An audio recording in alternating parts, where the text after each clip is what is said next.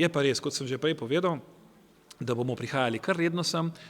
Cilj je, da se enkrat na teden pisarna odpre in bomo tudi uradno objavili. Želel bi si, da bi ljudje nas obiskali in tudi kaj povedali. Osebno pa zagotavljam, da bom enkrat na mesec prisoten tukaj in da bomo spregovorili o novih izzivih. Naslednji bo kohezijska politika in kako črpati evropski denar čim bolj učinkovito in predvsem dati glas občinam, v tem konkretnem primeru imam v mislih mesto Maribor, da bo lahko pravočasno mesto sodelovalo pri načrtovanju kohezijske politike, ne pa potem, da se nekdo odloči o njej in se samo sooči z dejstvi mesto Maribor reče, to morate izvajati. Mislim, da ta pristop, ki smo ga zdaj gledali desetletja, ni pravi, ni dober in osebno pripravljam na to temo tudi posebno poročilo, o katerem bomo glasovali že meseca junija v Evropskem parlamentu in moram reči, da je kar veliko naklonjenosti iz vseh koncev Evrope, konkretno Budimpešta je navdušena nad takim predlogom, kjer Orban onemogoča razvoj Budimpešte zaradi političnih razlogov in še bi jih lahko našteval.